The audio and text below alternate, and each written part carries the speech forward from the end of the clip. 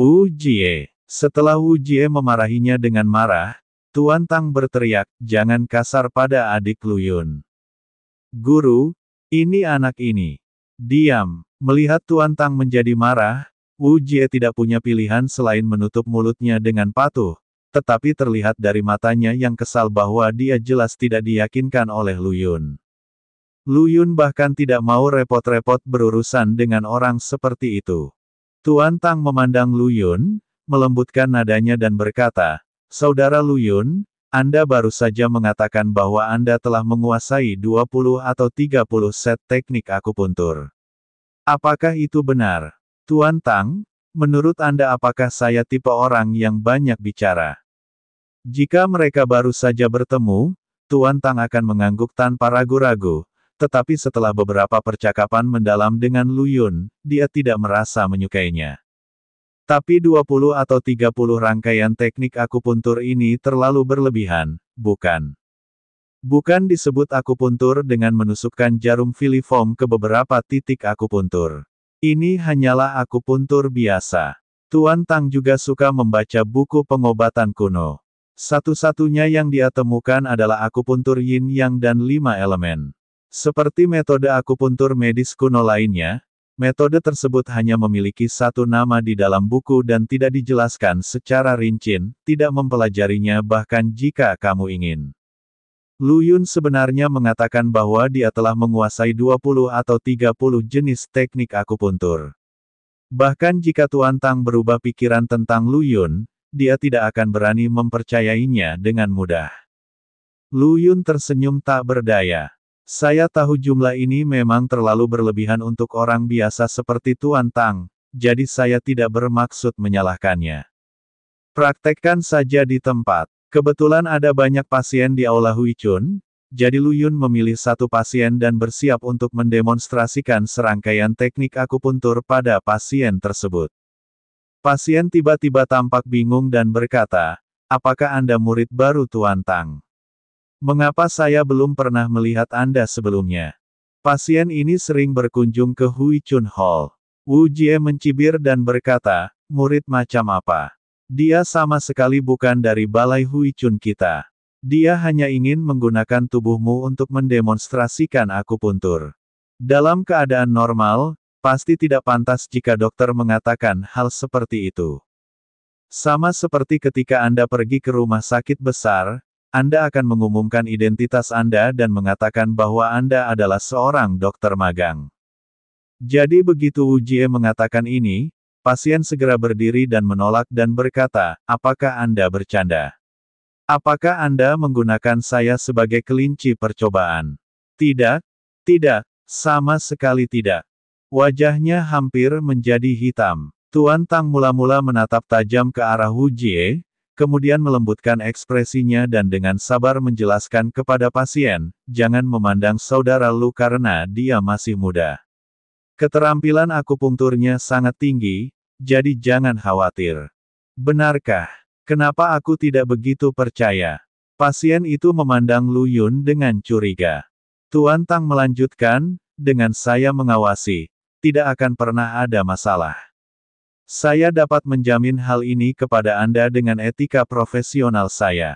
Pasien ragu-ragu sejenak. Dia memandang Tuan Tang terlebih dahulu, lalu mengalihkan pandangannya kembali ke Luyun, dan berkata, saya masih sangat mempercayai Tuan Tang. Karena Tuan Tang berkata demikian, maka saya akan menjadi kelinci percobaan untuk sementara waktu. Dia berpikir sejenak dan kemudian dengan hati-hati berkata kepada Luyun, anak muda, ketika Anda memberikan suntikan, berhati-hatilah dan perlahan. Yang terbaik adalah menanyakan pendapat Tuan Tang setiap kali Anda memberikan suntikan. Tidak ada masalah sama sekali. Luyun tersenyum dan mengangguk, dan setelah mengatakan itu, lebih dari selusin jarum filiform dimasukkan, dan pasien bahkan tidak bereaksi. Kamu, bukankah aku harus menyuruhmu untuk menusuk sedikit lebih lambat? Kamu tidak akan menembus pembuluh darahku, kan? Kata pasien dengan mata terbelalak dan ketakutan. Dia telah berjanji untuk menusuk jarum secara perlahan sekarang, tetapi begitu dia selesai berbicara, sederet jarum dimasukkan ke lengannya dengan beberapa gesekan. Tentu saja saya takut. Lu Yun berkata, saya sudah melambat. Apakah Anda merasa tidak nyaman sekarang? Tidak. Meskipun pasien khawatir, dia merasa lega setelah melihat lebih dekat dan menemukan bahwa dia tidak merasakan ketidaknyamanan apapun. Dan Tuan Tang tidak mengatakan apapun, jadi itu seharusnya tidak menjadi masalah besar. Akupuntur memakan waktu cukup lama, jadi Lu Yun mencari pasien lain dan bersiap untuk mendemonstrasikan serangkaian teknik akupuntur lainnya padanya. Pasien kedua langsung setuju, mungkin karena dia telah melihat orang di depannya dan tahu bahwa Lu Yun adalah pemain yang bagus, jika tidak, dia tidak akan pernah bisa melakukannya dengan lancar. Jadi Lu Yun juga menggunakan teknik akupuntur rangkaian kedua, dan itu masih sangat cepat. Kemudian pasien ketiga dan keempat. Dengan dua orang pertama, mereka menjadi lebih berani dan tidak banyak bicara. Mereka sangat bersedia bekerja sama dengan Lu Yun dalam memberikan akupuntur. Pada akhirnya, Lu Yun melakukan 8 set akupuntur berbeda pada 8 pasien. Meskipun peserta magang di Aula Hui Chun tidak mengenali teknik akupuntur yang dilakukan oleh Lu Yun, mereka semua dapat melihat bahwa titik akupuntur yang dipilih oleh Lu Yun sangat tepat dan jarum dimasukkan dengan sangat cepat. Tak satu pun dari mereka bisa melakukan ini. Bahkan guru mereka, Tuan Tang, mungkin tidak dapat melakukannya. Jack Wu menahan keterkejutannya, mendengus dan berkata, tekniknya bagus, dan keakuratan titik akupunkturnya bagus, tapi saya tidak bisa mengatakan apakah itu akan efektif atau tidak. Wu Jie, diamlah. Kali ini bukan hanya Tuan Tang yang memarahi Wu Jie, tetapi juga murid-murid lain di Aula Hui Chun. Siapapun yang memiliki mata yang tajam dapat melihat bahwa keterampilan akupuntur Lu Yun luar biasa. Karena teknik akupunkturnya luar biasa, bagaimana bisa tidak efektif? Semua orang tahu bahwa Wu Jie hanya bersikap keras kepala. Berdasarkan fakta tersebut, seperti yang diharapkan, Wu Jie ditampar dengan keras di wajahnya. Setelah jarum dicabut, ke-8 pasien secara ajaib menemukan bahwa gejala mereka telah membaik. Jauh lebih nyaman dibandingkan saat mereka bolak-balik ke aula musim semi sebelumnya. Perasaan pasien tidak bisa berbohong. Ketika dia mendengar 8 pasien ini memuji efek penyembuhan yang baik, Tuan Tang akhirnya gemetar dan berkata, Saudara Lu Yun, dari mana Anda mempelajari teknik akupuntur ini? Ada 8 rangkaian teknik akupuntur. Jika Anda menguasai salah satunya secara menyeluruh, Anda akan cukup untuk menjadi ahli akupuntur. Tanpa diduga, Lu Yun telah menguasai begitu banyak teknik akupuntur di usia yang begitu muda. 20 atau 30 set. Tang Tua mempercayainya.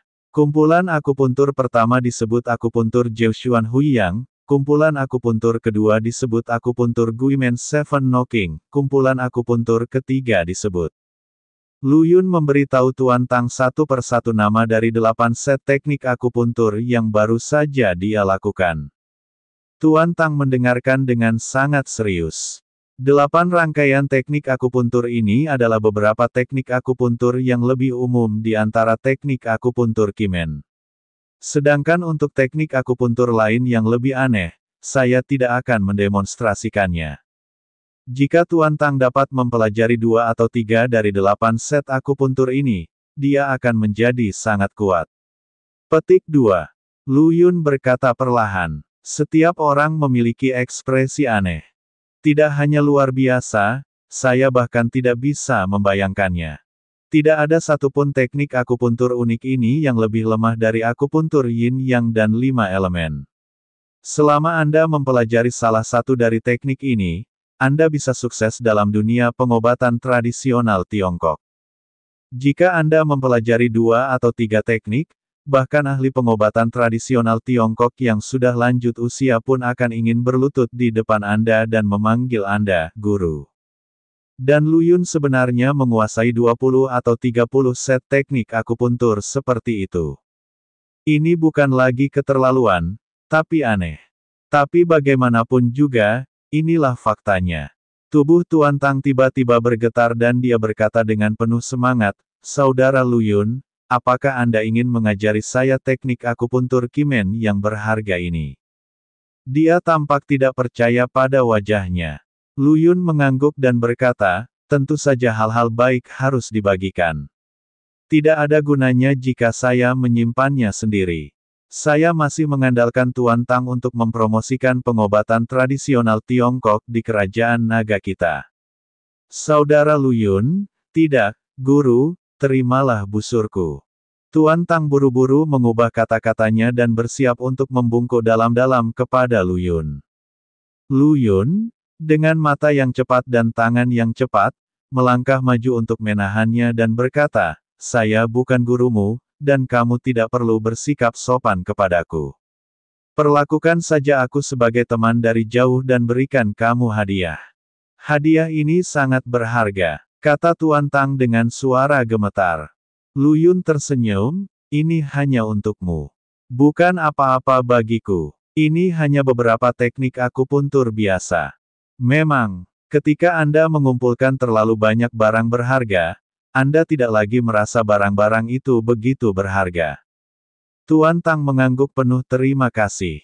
Saat dia berbicara, Heng Chuan masuk dari pintu dan berkata dengan hormat, "Guru, bolehkah saya berbicara sedikit dengan Tuan Lu sendirian?" Tuan Tang meliriknya, mengerutkan kening dan berkata, "Apakah ini tentang pengobatan Tiongkok? Jika tidak, jangan ganggu saudara Lu." Dia memikirkan sesuatu dan menambahkan, "Saya hampir lupa. Saudara Lu berkata sebelumnya, jangan ganggu dia meskipun itu tentang pengobatan Tiongkok." Dia menganggapnya menjengkelkan. "Jika Anda memiliki pertanyaan, tanyakan saja kepada saya."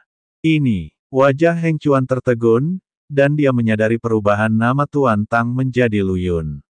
Dia biasa memanggilnya, "Adik," tapi sekarang dia langsung berubah menjadi saudara. Ini adalah perubahan generasi. Generasi yang sama. Jika Heng Chuan Yi ada di sini sekarang, dia akan tahu bahwa gurunya hampir menyebut Lu Yun sebagai gurunya, dan Lu Yun menjadi gurunya. Begitu Heng Chuan menyadari ada sesuatu yang tidak beres di atmosfer, dia bertanya kepada Wu Jie dengan suara rendah, "Apa yang terjadi tadi? Mengapa kamu merasa ekspresimu sedikit aneh?" Wu Jie memberitahu Heng Chuan apa yang baru saja terjadi dalam suasana hati yang rumit. Tidak ada hiasan apapun. Tidak ada yin dan yang. Ketika kemampuan seseorang mencapai tingkat tertentu, ia bahkan tidak bisa lagi merasa iri. Wu Jie sedang dalam mood yang bagus sekarang. Dia merasa tidak puas dengan Lu Yun karena dia merasa pria ini pandai bertarung tetapi tidak memiliki kualitas lain. Namun, dia memiliki pacar yang cantik dan disukai oleh Tuan Tang.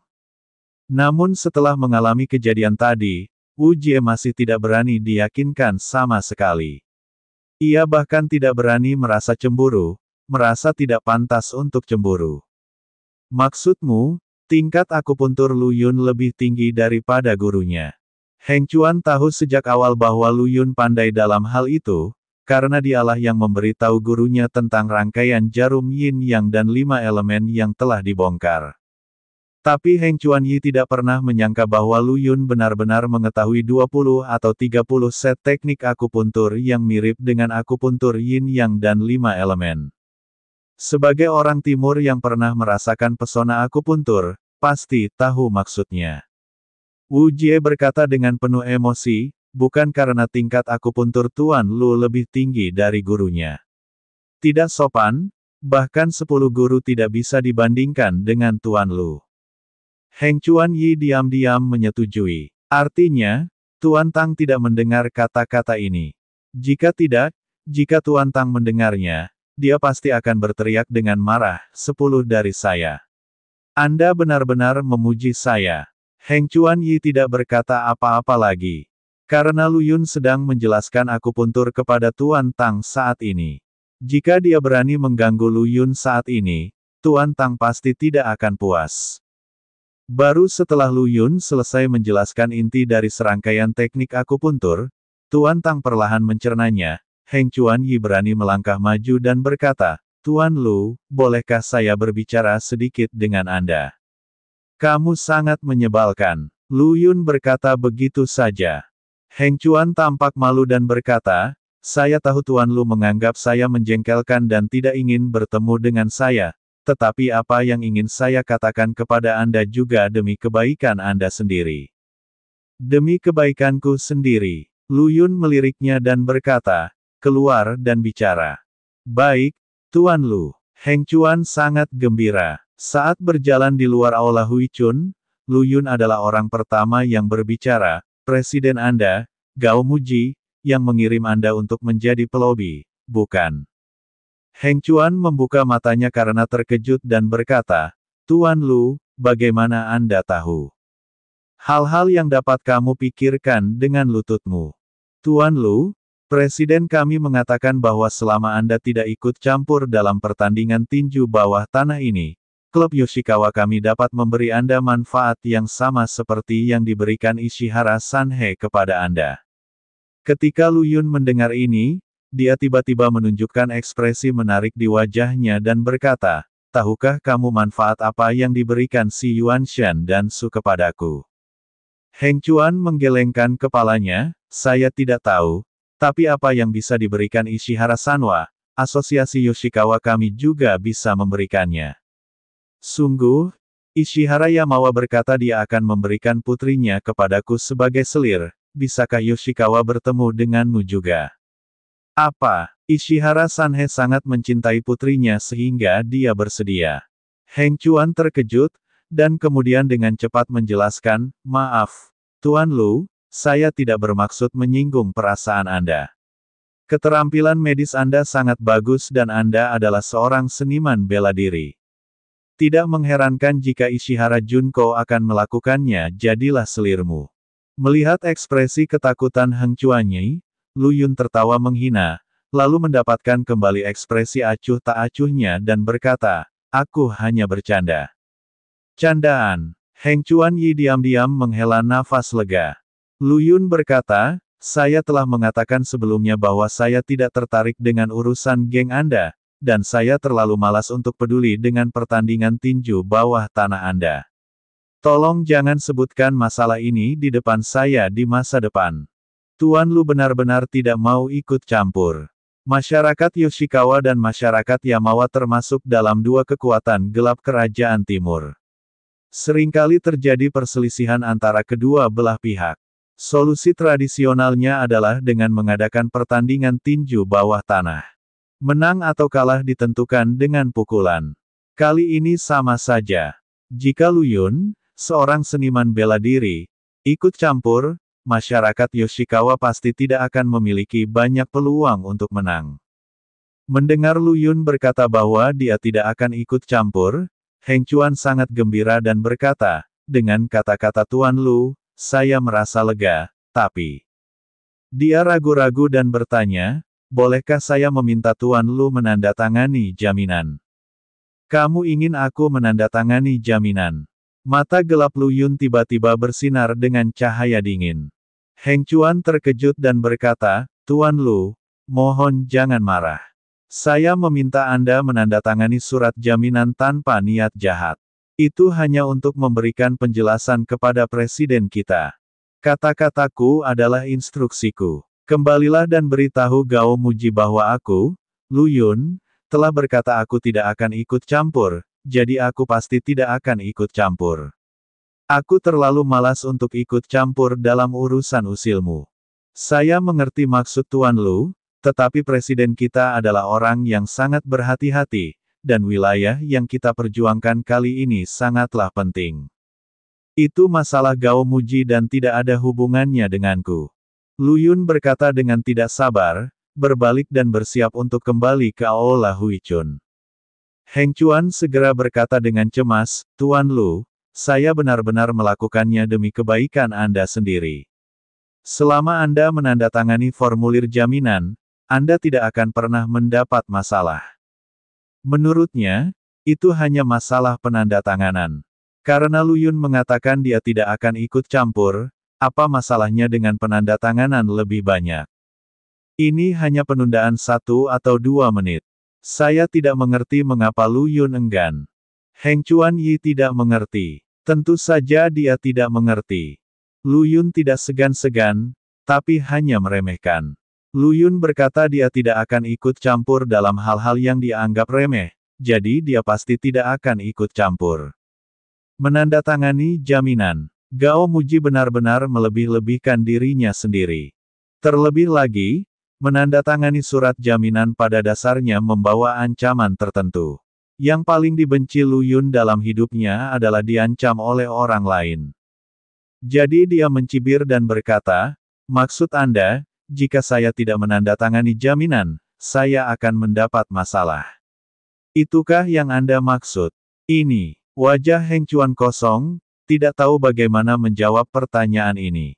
Jika Anda tidak menandatangani, Anda pasti akan mendapat masalah.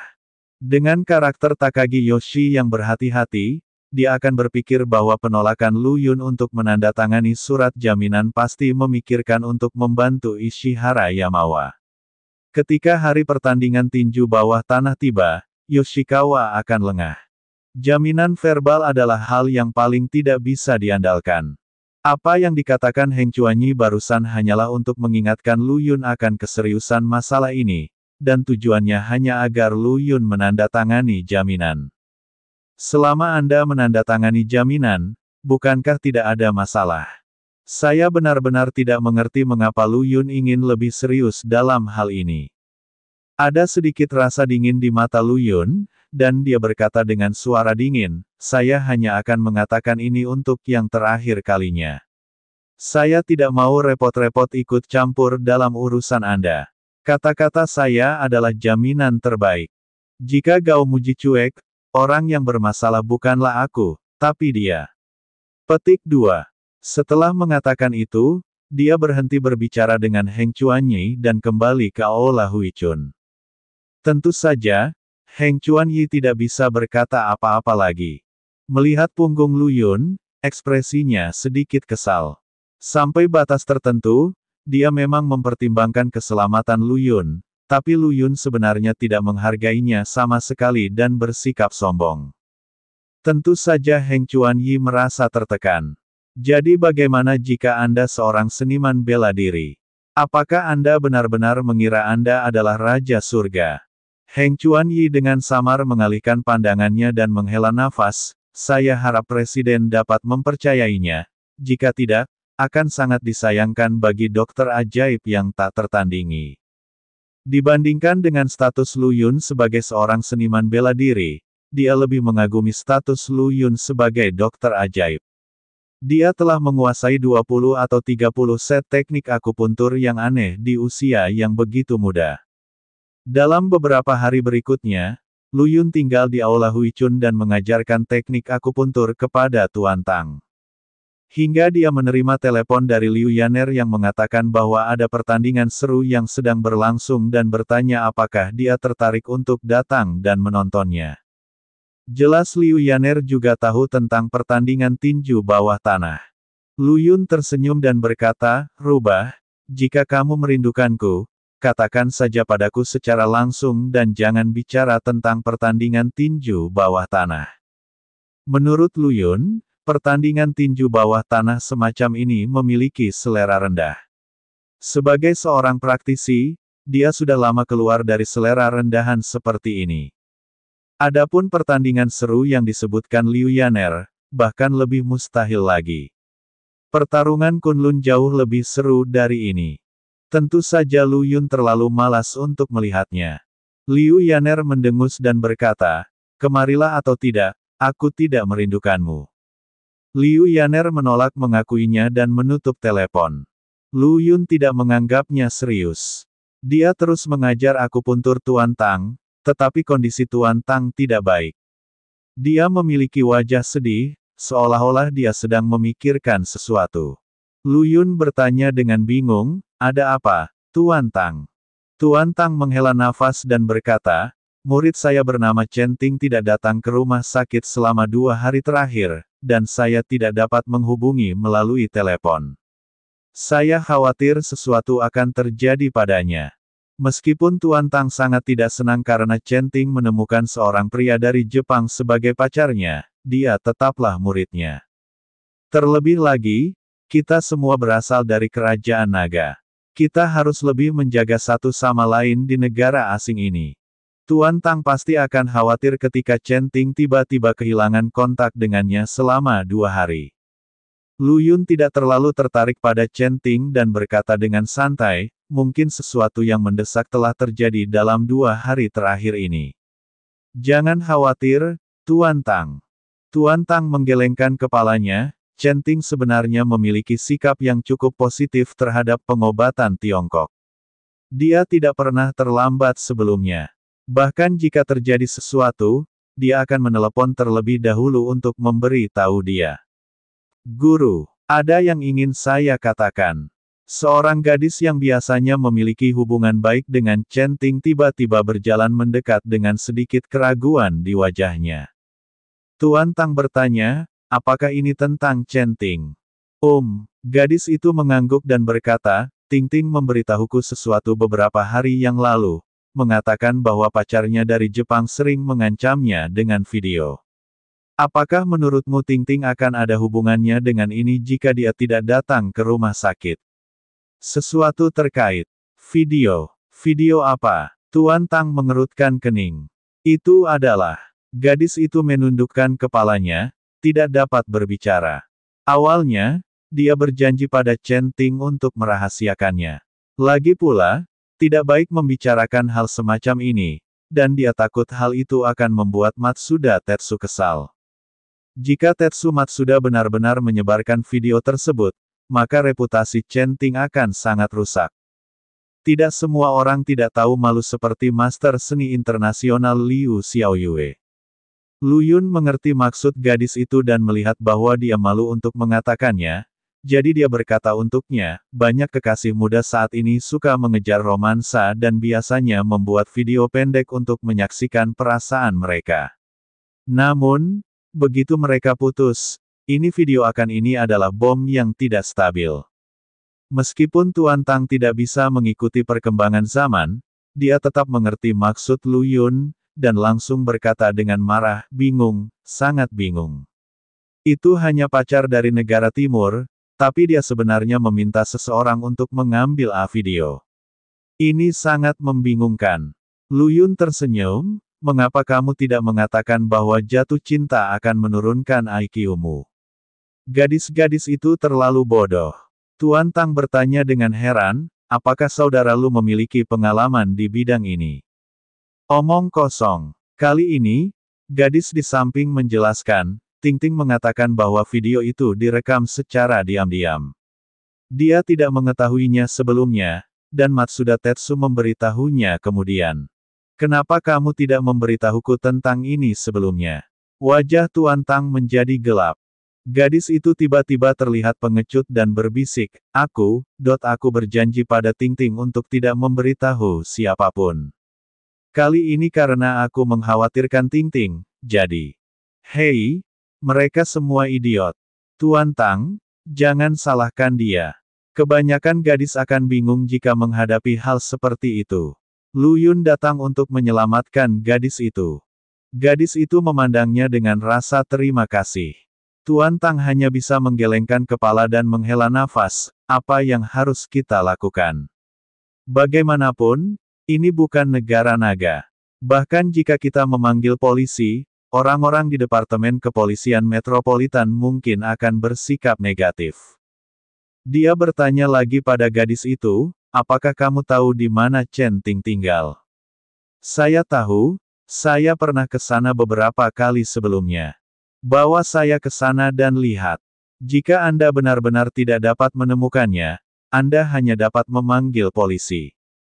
Lu Yun berpikir sejenak dan berkata, bagaimana kalau saya pergi? Tuan Tang, Anda sudah tua. Tinggallah di Aula Huichun dan tunggu kabar dari kami. Lu Yun awalnya tidak ingin ikut campur dalam urusan orang lain. Namun secara naluriah saya merasa bahwa masalah ini tidak sesederhana itu. Sejak dia melihat Chen Ting mengenakan gelang yang tidak menyenangkan itu, Lu Yun tahu bahwa masalah ini tidak sederhana. Saat itu, Lu Yun hanya mengingatkan Chen Ting dan tidak berniat untuk peduli lagi. Dan alasan mengapa saya ingin membantu kali ini adalah karena wajah Tuan Tang. Jika dalam proses mencari Chen Ting terjadi sesuatu yang aneh dan Tuan Tang ketakutan, dia pasti tidak akan mampu menanggungnya dengan tubuhnya. Tuan Tang mengangguk dan berkata, "Oke, saya akan mengirim beberapa murid magang lagi untuk mencarinya bersama Anda." Dia memanggil Wu Jie dan yang lainnya dan meminta mereka mengikuti gadis itu untuk mencari di dekat kediaman Chen Ting. Sekelompok orang segera meninggalkan Aula Huichun. Tak jauh dari Aula Huichun, ada sebuah mobil berwarna hitam terparkir. Ada dua pria di dalam mobil. Yang satu duduk di kursi pengemudi dan yang lainnya duduk di kursi penumpang. Pria yang duduk di kursi penumpang menatap tanpa ekspresi ke arah Aula Huichun. Ketika dia melihat Lu Yun dan yang lainnya keluar, dia segera menelepon dan keluar. "Presiden, targetnya memang telah meninggalkan Huichun Hall." Aku tahu anak itu sedang mempermainkannya. Janji lisannya seperti kentut. Temukan kesempatan untuk membunuhnya. Ya. Panggilan telepon ini tentu saja ditujukan kepada Gao Muji. Seperti yang dikatakan Heng Chuan Yi sebelumnya, Gao Muji adalah orang yang berhati-hati, dan kegagalan Lu Yun menandatangani surat jaminan membuatnya curiga. Untuk memastikan tidak ada yang salah, dia telah mengirim anak buahnya untuk mengawasi area dekat Aula Huichun dalam beberapa hari terakhir. Sekarang pertandingan tinju bawah tanah akan segera dimulai. Lu Yun baru saja meninggalkan Aula Huichun saat ini. Karena pria bernama Lu ingin ikut campur dalam urusan orang lain, Gao Muji hanya punya satu pilihan, yaitu membunuh Lu Yun. Tidak peduli seberapa kuat seorang seniman bela diri, apakah dia masih bisa lebih kuat dari peluru. Mobil hitam itu segera menyala. Namun, yang tidak mereka ketahui adalah keberadaan mereka telah lama terlihat oleh Lu Yun. Faktanya, Lu Yun sudah menyadarinya ketika mereka datang untuk menjaga mereka di hari pertama. Mereka hanyalah dua semut, dan Lu Yun terlalu malas untuk memperhatikan mereka. Begitu mobil mereka dinyalakan, Lu Yun menduga mereka akan mengambil tindakan. Lu Yun tidak akan mudah memperhatikan semut-semut ini, tetapi begitu semut-semut ini melompat dan menggigit seseorang, Lu Yun pasti tidak akan sopan kepada mereka dan hanya akan menginjaknya. "Kalian harus pergi dulu. Aku lupa sesuatu di aula peremajaan. Aku akan menyusul sebentar lagi." Lu Yun berkata bahwa Wu Jie dan yang lainnya tidak menjadi curiga, dan pemandangan inilah yang sangat senang dilihat oleh dua orang di dalam mobil. Targetnya terpisah dari kerumunan. Ini kesempatan untuk mengambil tindakan.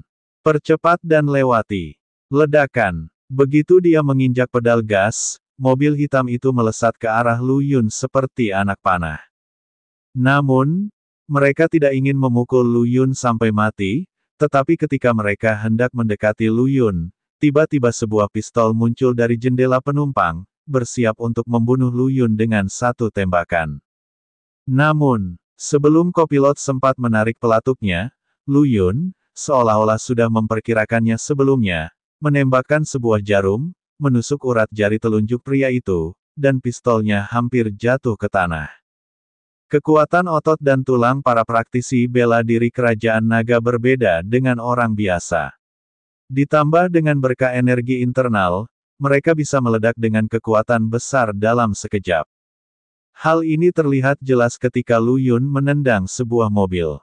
Oleh karena itu, Gao Muji berhati-hati dan tidak membiarkan orang mengemudi langsung untuk menabrak Lu Yun. Jika Lu Yun bereaksi, orang tersebut mungkin tidak akan dibunuh, tetapi mobilnya akan dibongkar terlebih dahulu. Gao Muji menyuruh kedua anak buahnya untuk menembak bagian vital Lu Yun terlebih dahulu lalu memukulnya. Jika tidak terjadi apa-apa lagi, Lu Yun pasti akan mati. Dua anak buahnya melakukan hal yang sama. Saat berkendara menuju Lu Yun, dia hendak menembak, namun kopilot tidak menembakkan pistolnya, melainkan malah berteriak. "Aku memintamu untuk menembak, apa yang kamu teriakkan?" Pria yang duduk di kursi pengemudi, sebelum dia menyadari apa yang terjadi, mendengar komplotannya berteriak dan merasa sangat tidak puas. Tapi tidak ada ruang baginya untuk berpikir terlalu banyak. Mobil itu telah jatuh di depan Lu Yun. Menurut rencana mereka sebelumnya, menembak terlebih dahulu dan kemudian memukul seseorang adalah tindakan yang sangat mudah. Tetapi sekarang kaki tangan yang menembakkan senjata itu tiba-tiba kejang, dan pengemudi tidak punya pilihan selain menggigit peluru dan memukulnya dengan kecepatan tinggi. Semua ini terjadi dalam sekejap mata. Pada saat ini, pengemudi itu tiba-tiba menyadari dengan ngeri bahwa kaca depan mereka pecah. Itu hancur dengan satu kaki. Pemilik kaki itu tidak lain adalah Lu Yun. Ledakan. Saat kaca depan pecah, tubuh Lu Yun sudah masuk ke dalam mobil hitam itu. Ledakan. Pengemudi utama ketakutan dan menabrak setir dengan gila-gilaan. Akibat akhirnya mobil tersebut meluncur keluar dari jalur hijau di sebelahnya tanpa terkendali dan terjatuh ke sungai. Dua anggota masyarakat Yoshikawa pingsan. Ketika mereka pulih, mereka diseret keluar oleh Lu Yun. Dan mobil mereka dengan sendirinya tenggelam ke dasar sungai. Kedua kepala mereka berdarah. Ketika mereka melihat Lu Yun berdiri di depan mereka dalam keadaan utuh, ekspresi mereka tiba-tiba berubah. Seolah-olah mereka telah melihat dewa kematian. Apakah Gao Muji mengirimmu ke sini? Lu Yun bertanya. Keduanya mengangguk ngeri. Lu Yun tidak mengatakan omong kosong lagi, dia menendang mereka semua dan membuat mereka pingsan. Gao Muji, tidak bisakah kamu hidup dengan baik? Tuan Lu, apakah Anda baik-baik saja? Wu Jie dan yang lainnya belum melangkah terlalu jauh ketika ada gerakan besar di belakang mereka, yang tentu saja membuat mereka khawatir. Untuk sesaat, mereka tidak lagi peduli untuk mencari Chen Ting dan berlari kembali ke tempat terjadinya kecelakaan. Melihat Lu Yun muncul, semua orang tampak terkejut. Kecelakaan serius terjadi, dan dia tidak terluka. Lu Yun menjelaskan, mobil itu kehilangan kendali dan jatuh ke sungai. Saya beruntung dan lolos begitu saja. Jika tidak, saya akan tertabrak mobil dan mati. Tuan Lu sangat diberkati dan diberkati. Semua orang berkata dengan rasa takut yang masih ada dan tidak terlalu memikirkannya sama sekali. Adegan itu terjadi begitu cepat. Ketika mereka berbalik, mereka melihat sebuah mobil terjun ke sungai, mengira itu hanya kecelakaan lalu lintas biasa. Ayo kita cari Chen Ting dulu. Meski Gao Muji sudah masuk dalam daftar yang harus dibunuh, hal terpenting saat ini adalah menyelesaikan masalah Chen Ting terlebih dahulu. Beberapa orang datang ke rumah yang disewa oleh Chen Ting. Pintunya terkunci secara normal dan tidak ada tanda-tanda pengintaian. Sepertinya Ting Ting tidak ada di rumah, kemana dia akan pergi? Gadis yang dekat dengan Chen Ting bertanya dengan cemas. Wu Jie bertanya, apakah Anda tahu di mana pacarnya dari Jepang tinggal? Apakah Anda memiliki informasi kontaknya? Gadis itu menggelengkan kepalanya. Ayo pergi dan lihat dulu. Lu Yun mengadopsi metode paling sederhana dan paling kasar dan menendang pintu hingga terbuka, mengejutkan semua orang. Tidak ada waktu untuk terkejut. Beberapa orang memasuki ruangan untuk melihat apakah mereka dapat menemukan petunjuk. Barang-barang di dalam rumah tertata rapi, tidak ada tanda-tanda pertengkaran atau perkelahian. Setelah beberapa pencarian, tidak ada petunjuk berguna yang ditemukan. Lu Yun diam-diam membuka mata sejati Faksuan. Saya melihat jejak roh jahat mengambang di sudut dinding. Saya berjalan mendekat dan mengambilnya dan melihat bahwa itu adalah pecahan gelang giok kecil. Chen Ting pasti menjatuhkan gelang giok itu setelah mengetahui bahwa itu adalah benda yang tidak menyenangkan, tetapi gagal membersihkannya, meninggalkan pecahannya. Mungkin ini bisa menjadi kuncinya. Lu Yun berkata kepada Wu Jie dan yang lainnya, pergi dan cari di sekitar. Setelah orang-orang bubar, Lu Yun memegang pecahan gelang giok dan melakukan mantra Tao. Matanya tiba-tiba berkedip beberapa kali, dan akhirnya dia menusuk ke arah tertentu. Di langit di atas area itu, terdapat aura ganas yang sama seperti pada gelang giok, yang berhasil ditangkap oleh Lu Yun. Ada sebuah sumur kuno di sebuah rumah yang ditinggalkan. Sekarang, di sebelah sumur kuno, seorang gadis cantik berdiri dengan wajah tanpa ekspresi, tubuhnya tegak, lengannya terkulai ke bawah, dan matanya menatap kosong ke sumur kuno di depannya.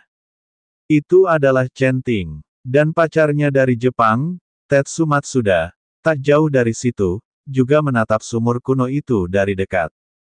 Bedanya, mata Chen Ting kosong, sedangkan wajah Matsuda Tetsu terobsesi. Setelah beberapa saat, bayangan putih dengan rambut acak-acakan melayang keluar dari sumur kuno. Ia memiliki wajah garang dan wajah pucat. Sungguh gambaran yang mengerikan, namun Tetsu Matsuda terpesona olehnya, karena di matanya, ini adalah keindahan yang tiada taraf. Bahkan rasa sakit parah yang tersisa setelah dipukuli secara fatal oleh Lu Yun beberapa hari yang lalu tidak lagi terasa saat ini.